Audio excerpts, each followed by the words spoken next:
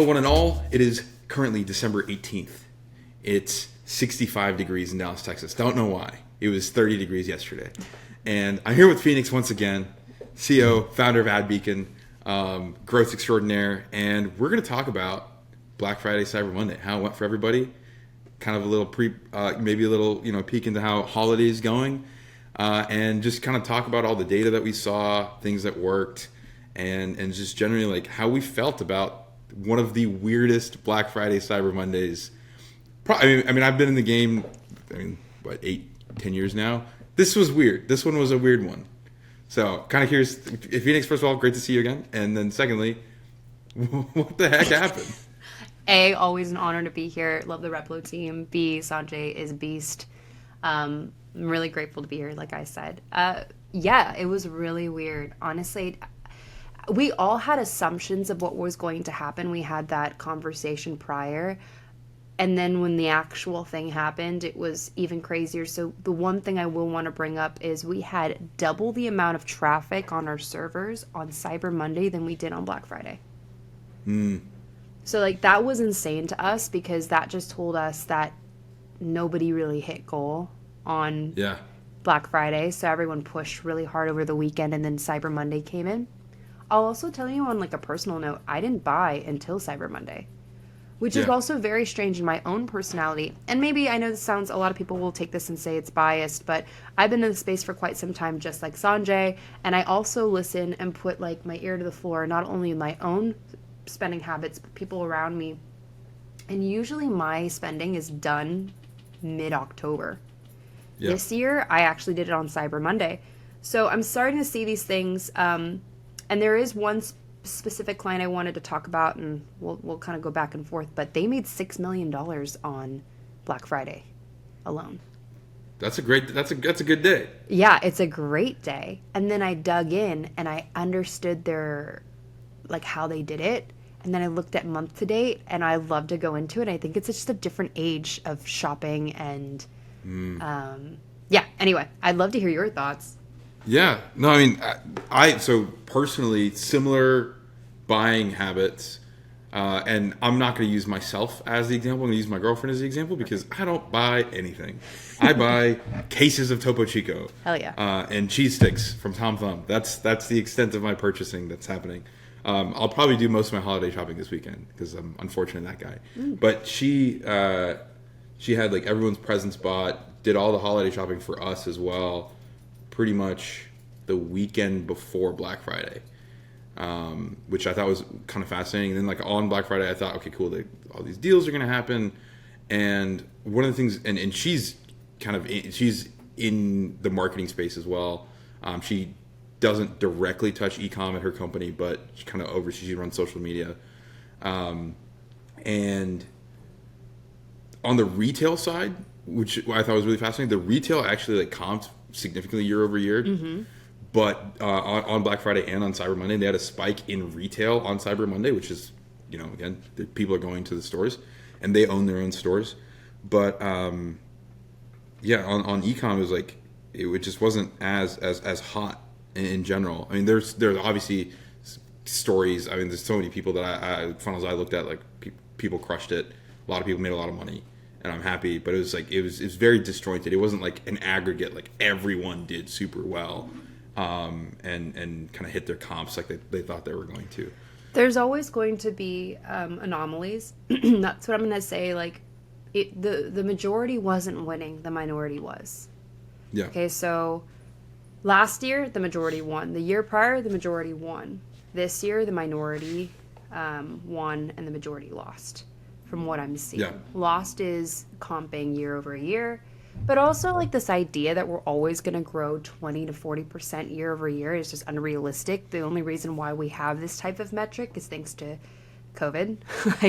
When 2020 hit and this boom happened, a lot of companies in D2C just skyrocketed. I also want to take a psychological view really quickly. I had a really great conversation with one of my Finnish clients. And he was like, yeah, doorbusters. And he's like, we have some doorbusters. And I was like, do you know what a doorbuster is? And he's like, no. And I'm like, this is so funny because I had to explain to him what a doorbuster was and why it's such a big deal in the US. And then it really put things in perspective of like, we are in a different era and D2C Yeah. just skyrocketed, right? Like I told him, I was like, you know, back in the day, people would come to the store, wait in line in tents like they do for Billie Eilish's show. Okay. Yep. That's what they did for TVs. And then they would trample each other and there would be like a death toll or some type of like, Yeah. people would get injured and that would be called a doorbuster. Yeah. I was like, that's what it was. These deals were so crazy that people were willing to fight each other to buy things. And then e-com hit to the point of 2020 where it really skyrocketed, where all you think BFCM is Black Friday, Cyber Monday. You think this has been going on forever. It hasn't. Yep. Yep. And it put things in perspective. And I'm like, but this unrealistic expectation of massive growth, especially during an election year where Meta is going through all of these glitches. There's all these new platforms that are coming out. TikTok's on the brink of being banned. People are in an economic state where they don't have a lot of money and, you know, student loans came back in. I have a whole slide that talks about all the economic factors we were to anticipate, and we got hit this year. So it was a tough year. Like in meta outages alone. I'm a huge David Herman fan. Love that man to Me death. too. I want to go get Olive Garden with him at some point. But even just like seeing his documentation on what was going on, I didn't get to participate directly in Black Friday last year, just through Replo stuff. But this year, like I was helping manage a brand, and there was an ad that I tried to launch November 14th that didn't go through until like December 6th. And there's like little things like that. It's like, okay, that kind of, it's irksome, but like that, you know, that could have a material impact on an overall business. Little things like that, big UI changes, deliverability, reporting, all these sorts of things was really, really, it was a tough year. I'm grateful that, you know, the people that won. But the thing, to your point, like it's the people that won were in the minority, and I think we've come to expect Black Friday, Cyber Monday is the one period of time, like clockwork, that everybody wins, and that just wasn't the case this year. And I was genuinely shocked by it. It made me really sad for a lot of folks. it made me sad, but I also felt like it was such an opportunity, or it is such an opportunity for us to wake up. So for the last 3 years, what have I been hearing from my friends? They're bros in this space, but they're still my friends, and they're just like, brand doesn't mean anything, you know? Yeah. And it's I always laugh at that because sometimes when I grew up with brand. I understand the impact of brand. There's a reason why we spend tens of millions of dollars at Supra Footwear and K-Swiss on brand and didn't even talk about D2C. Big problem there, right? But at the same time, there's a reason for it. I'm going to talk about this one brand that I told you that made $6 million on Black Friday alone. And this is a testament to brand, and I also think it's a wake-up call for people. TikTok Shop has been this like fast-moving beast, right? Where you don't really need a brand. You can just go in there, buy, call it a day. You might have garbage wish-esque like level products, or you might have something really great. But you're not going to have a subscription to that brand. It's a quick fast fashion, great example, right? However, with brand, this specific furniture brand, and I can say this because I bought from them, they're also a client, went 40% off of their entire collection. I think it was like November 1st. Yeah. Okay.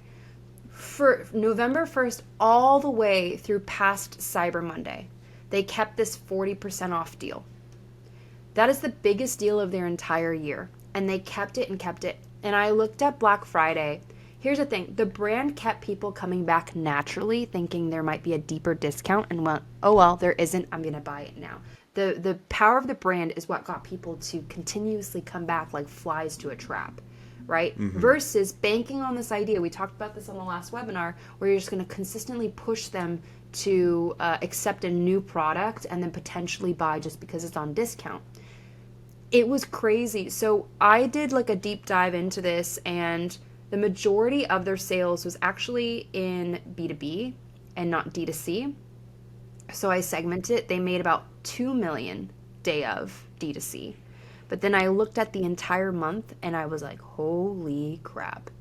They made so much money. Their margins are super high and they still made it. But what they did is they pushed on Pinterest, they pushed on TikTok, and all of it was organic. And then they just spent money on retargeting.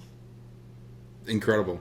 And I'm like, obviously not everybody has the benefit of that brand to do that, but they invest so much money into that rather than paid ads. And they use it as a safety net to get all the people, it's a different way of thinking.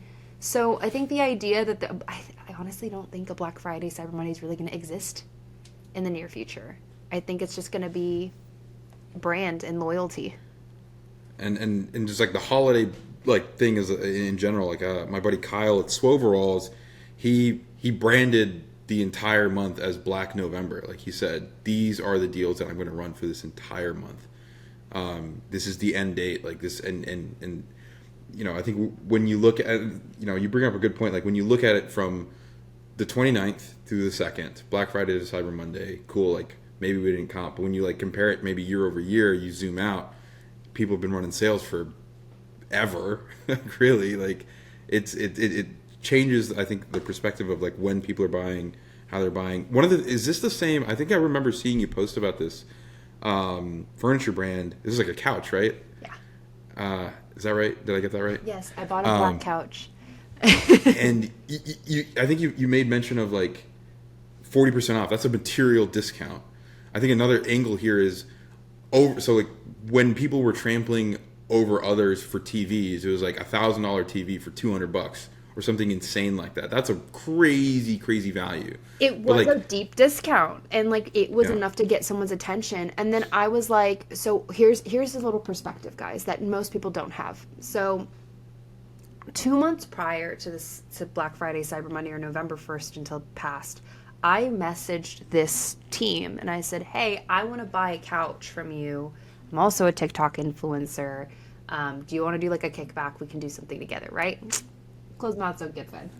And they were so sweet, and they cheekily sent me an AdBeacon coupon code report, because we do new versus returning. We do a whole in-depth analysis on coupon codes. And they sent it to me and said, feel free to use whatever you want, right? So that's what I posted prior. I never told anybody what the product was or who the brand was, but it's cool.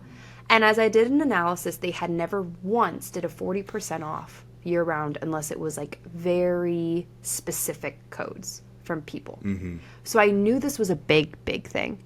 Then when they did it, the floodgates came in. So if you really think about it, they moved so much inventory, and they also were able to obtain all of this business. So the small-minded businessman is going to go, I'm taking a huge hit at a 40% discount with my margins. I can only afford to do that for a day to 3 days, right? But you would have made the same thing in your mind if you optimized your ads and would have spent more money and had people coming, and all that inventory would have moved that day. Why not spread it out, help your fulfillment team as well, and then get your brand name out there, and people are like, wow, I'm really getting a deal. I want to stick with them. Yeah. I don't know. It's a different perspective.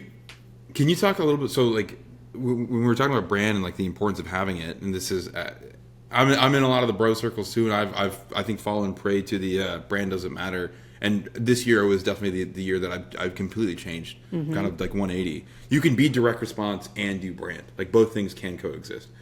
It's the big kind of unlock for me this year. And can you talk a little bit more about the importance of brand and the importance of doing that work ahead of time? Yeah. Because I think a lot of people probably scrambled to do it the Monday before Black Friday. They're oh, hey, maybe we should start investing in this. It's this should be done in July. Perfect example. AdBeacon. AdBeacon is a brand. Okay, and the brand, a lot of people could say, is me. But that's okay. But there's a brand. So when you think about AdBeacon, you kind of know the vibe.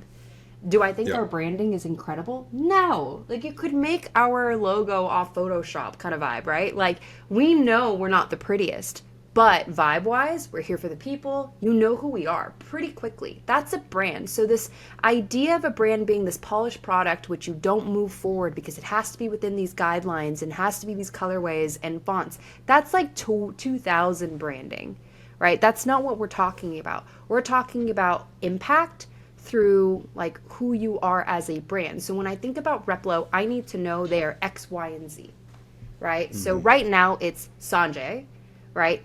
Josephine, the people who are in your on your team that have been really great, and then the things I hear in the public about your brand. Yep. That's a brand. Now, if you want to talk about like a product, for example, you have to be really careful. So, a great example is if you want to build a baby product and you consistently go baby lounger. So, great example is my friends at Vonu Baby. Vonu Baby is, do you know like Greg Mead? Yeah. Okay, so Greg Mead is one of the founders of Vonu Baby with Devonte and Brittany. Really great people. They created this thing called Burply, which is this thing that helps with tummy time and with like gas for babies. It's terrible, but they created a solution. So originally it was called Burply, but they realized the brand needed to expand one day into all these different products. So they changed the name from Burply to Vonu Baby, and they expanded. Now they have like Stinky Booty Balm. They also have like shoes, things like that. And all they did for branding was UGC, UGC, UGC of helping people. So you don't have to be so fixated on like the name, right? You need the vibe and you also need the culture behind it.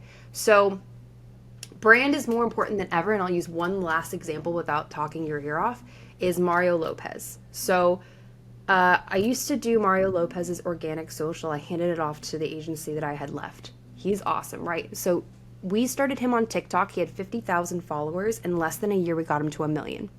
And how we did that with his brand is we had 3 pillars. We said, what are the 3 things you care about? He's like, family, fitness, faith. Okay, great. That's what you're going to be known for. So everything we did was under family, fitness, and faith. So now we're hitting 3 completely separate categories under the Mario Lopez brand. Does that make sense? So then now you expand it. Makes sense. So when you're thinking about family, fitness, and faith, and you think about Mario, holy crap, he just took over. So now think about your brand. What are you known for? What are your 3 pillars? And then just go with that and be more relaxed about it. But anyway, I'll die on that hill. No, that's great. I really think it's one of those exercises that people don't ever do until, I mean, the ones that do, obviously, those are the outlier stories that we always hear. You know, I'm blanking on his name now, but the Isaac Med, Mini Katana, and now Kanpai Foods, right? Like I feel like he has like 3 pillars that are like some core pillars that he really cares about, from a marketing perspective, from a product perspective, from how, you know, people are consuming it, all these sorts of things. He's obsessed about it. Like those are the outliers that we always hear about. But I think the average brand, most companies should do this exercise, but they don't. I think we get bogged down in like and it's not a bad thing. It's just a thing that just exists. This happens. We're all busy. Do you have any like? So when you were going through like the Mario Lopez thing, you asked him, say, you know, family, fitness, faith. That's the key thing. It's probably a lot easier for him because he's been kind of incubating a lot of that for his entire life, and he's been in the public space for a long time. But for someone who's selling a supplement of some sorts, or you know, some tech product like basketball hoops that have AI in them, whatever. Like, what kind of guidance do you give them on going through that exercise? Yeah, well, let me take it back to Mario Lopez. I get this pushback a lot. Is that, well, it's Mario Lopez. Of course he's going to hit a million, right? No, he had 50,000 and he was posting. He was posting dance videos because that's what he does on his Instagram. He did the exact same thing that he did. No, there was a strategy in place. Also, the last pillar I forgot to mention was food. And now he's potentially having big job opportunities with food. Anyway, my point is that you have your pillars and you have to execute with the marketing brain. Now, to answer the second portion of the question is, you know, supplements. Actually, I'll use jewelry. Jewelry is a great example. Here's a little fun case study. I was in Dubai, and this guy comes up to me, and he's like, Phoenix, I need your advice on my brand. This is a great jewelry brand. I said, awesome. What sets you apart? Couldn't tell me. He says, it's great quality. Okay, heard that before.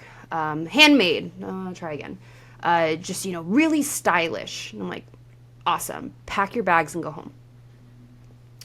Yeah. Unless there's a story behind your brand, unless there's something intriguing to me about who your brand is, before I even remember the name, you're going to lose long term. Yep. Because again, now you're just another drop ship company. If you keep having the same value props as everybody, it's the same thing with, again, back to AdBeacon. We could be the same thing. There's so many other attribution platforms out there. Why were we different? We said we don't really care about the brand. No offense, we do, but like we care about the agencies because those are the tacticians. It's a completely different way of thinking, right? So then, oh, that's the brand. That's what sets them apart. So it's not just like product differentiators. It's also the culture that you're cultivating behind it. Back to the Vonu baby, situation is they created a Vonu baby community, right? They created a community around it. A really great jewelry guy, I forgot his name, he started making jewelry off of bent spoons. So he started making, you know what I'm talking about?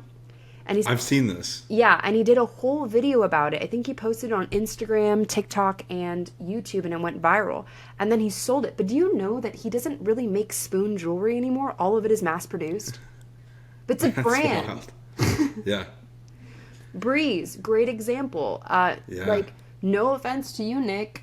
Love you to death. But, like, we had that conversation with Founder because they always say, do you build brand or do you make money first? It's always this really weird conversation. Yeah. And I understand, make your money first, sure. But Breeze, the reason why they're doing so well is because they have such an incredible brand.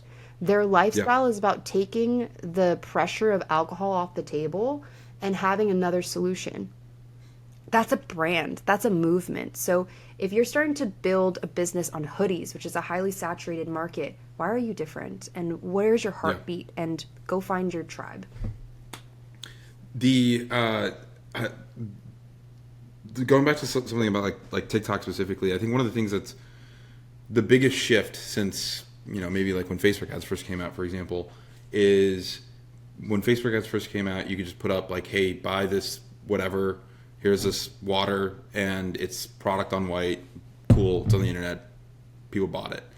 And then with TikTok, it became less and less about the product specifically and about the stories, the narrative, the people. And I think that people piece is like really, really key.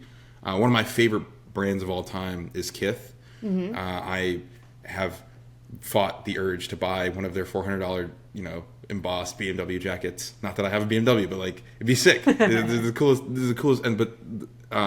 Kith does a really good job in every little thing that they do, from the product all the way to like the storytelling around the product. If you go watch a Kith ad, there's a narrative to it. You get to know Ronnie, the founder. You get to like understand like why do they have BMW products at all. He loves BMW; it's his favorite brand.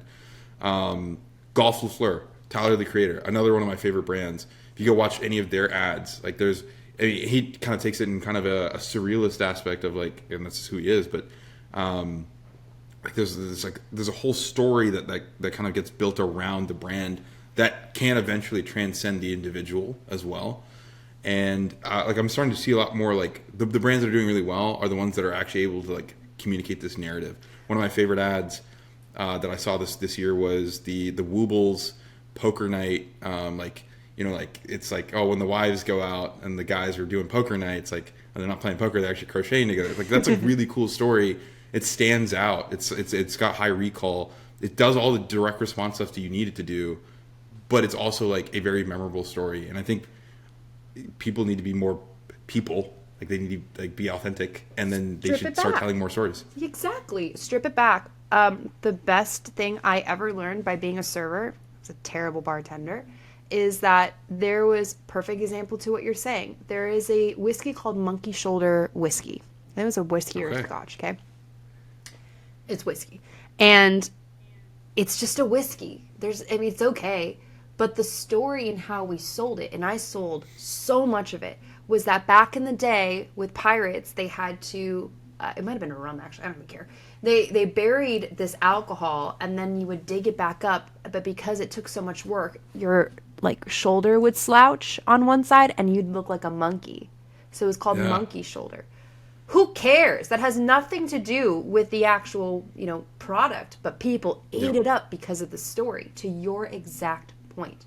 Also, that we're in a completely different age where people like the idea that they discovered something on their own, so now they can tell other people about it, which is why, like, TikTok is huge because they go, and this is why TikTok ads don't work unless you already tell people it's an ad, in my opinion. People aren't stupid. So they want to know, hey, this is an ad, but I discovered this and this is amazing, right? I discovered this. This is why you need it. This is cool, right? And then people go, oh yeah, like that's cool. Let me try that out as well. Rather than, here's my get ready with me routine, not sponsored, but they did send it to me. Like, it's just inauthentic. We're living in an age where people want to know. And my last point to you is I'm a sneakerhead. You and I have like, it seems like a lot of foundation in streetwear. Yeah. So I'm a sneakerhead. I grew up back in the Nike days where like you get a box of shoes and you're like, holy grail, and you're so excited about it. When I was at Supra, every launch, every stitch meant something. Every panel meant something.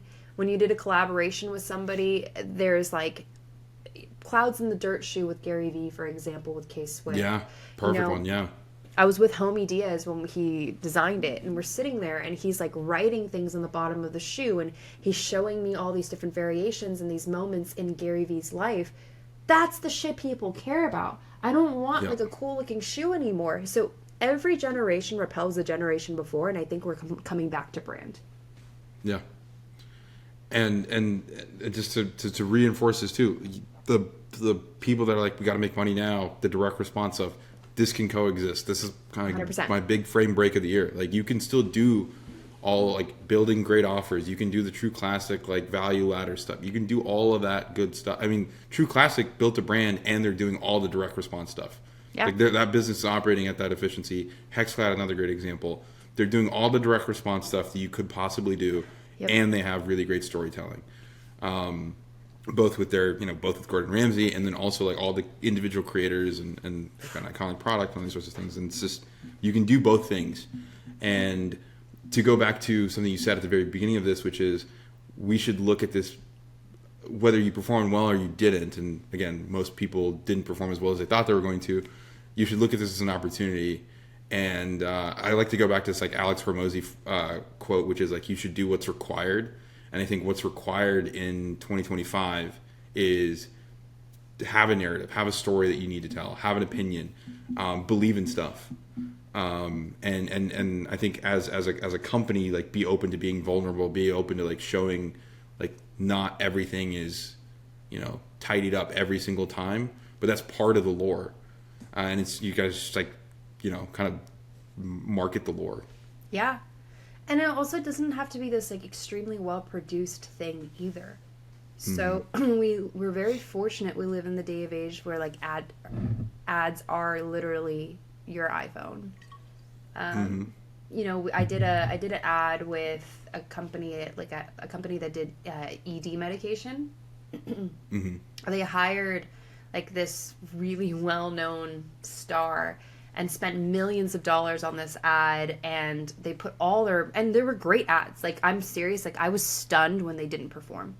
And we were panicking, and all we did was like, okay, we got to figure this out. And I put my phone up, my poor husband. I put my phone up and I looked at the screen and I grabbed a tube of toothpaste and I just squeezed it and I let my eyes cross. And all I said was, in as little as 5 minutes.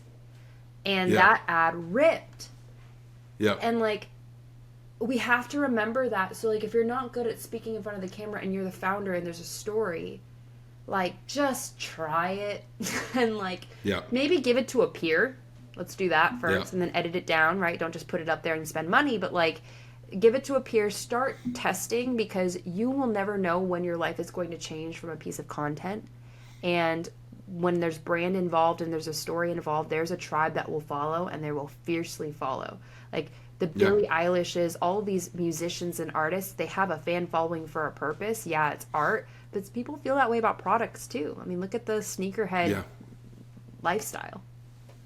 Yeah, I this is a lived experience for me in terms of like just the power of just make, what you can do with an iPhone. So one of the brands I'm consulting for right now, on November 1st, they aired on Shark Tank. Nice. And so we had like a sales spike, kind of expected. It was really cool, super hype, watch party, did all that stuff. And then 2 weeks later, the founder, she made a TikTok of like, hey, here's what I did to prepare for this, and here's what they actually aired. And it was like she did all this prep work, and it was like super dialed in, and then they kind of like showed the worst bits on Shark Tank. But that post went viral, and we actually did. It went up on a Friday. It was like 2 Fridays after, and that we did 20% more sales on that day, where it was just that organic push from that TikTok and Instagram reel going viral than we did on Shark Tank. And so like, that's like the. Does her name start with a Z? No. Okay. Similar. It's sugar dough. Sugar dough. Yeah. Fish food. Aaliyah's the name of it. Okay, cool. Okay, yeah. I follow Fish Foods. Yeah. Same exact to your point. Like, you're so spot on. Is that people want to see that another alum from Shark Tank that killed it. She no longer spends money on ads. I used to do her media buying, so when she went live on Shark Tank, to your point, you see this spike, but she still wasn't really able to break where the margin needed to be with ads, and then now she does everything organic. Her name is Haley Pavoni with Passion Footwear, fashion, but with a P, and she killed it. She didn't even get a deal on Shark Tank. Yeah. And she's had her biggest year, organic. She created an entire community. She calls herself the Shoemalier. It's insane. That's awesome. Like, imagine, like, that's, if we could live in a world, and this is crazy for me to say, but, like, if we could live in a world where we didn't spend $1 on advertising, we would be, like, chilling. Yeah. It's not where we live. Yeah. And it's like, it's literally like 10 years ago. Like, I remember, like, the very first project I did in e-com at all was a Kickstarter for a magnetic utility vest. And it was a small project. It was like $15,000 hurdle. We ended up selling $16K, and it was entirely organic. And we reached out to every like trade blog and like all the local news outlets, and that was our entire marketing strategy. It was just like, hey, like, let's go make these partnerships. They thought it was cool. They posted about it. We were able to fully fund this. Like, first thing I did in college, essentially. And we didn't spend a dime on advertising. And it's still possible. I think it's just, again, like, it's back to the fundamentals. People buy from people, and I think it's easier to do it now. Going back to the Shark Tank thing, like that the video that went viral, I threw it in the ad account, and it's our highest performing ad. I get like you can if you're gonna still spend money, you still I don't think either of us are saying don't spend money on ads, right? But like. You take this content, you make it work, the story resonates, you amplify it, you're going to get like the 2016, 2018 returns that you saw on Meta. But you just need to have something of substance to say. Like, and it doesn't take much. Correct. I think those are going to be the biggest takeaways for me. It's like, metric-wise, CPMs did drop a bit, thank God. I'm not too concerned about CPMs. I know it's the wildest thing for me to say. I'm a very conversion-driven person, but CPMs did drop significantly. I did tweet it out with some of the biggest clients that I had in my old portfolio. I still have access to, and I looked at the CPMs the day after Black Friday, or actually the day after the election, how it dropped significantly. It's also still down 13% the last 7 days. So I am seeing CPMs drop. However, this is the time, guys, and I don't know when this is going to air, but like, these are for the Sanjays. Like, the buy before this date to ship in time to be under the tree. And then right after that, I always say, don't sleep on the gift cards.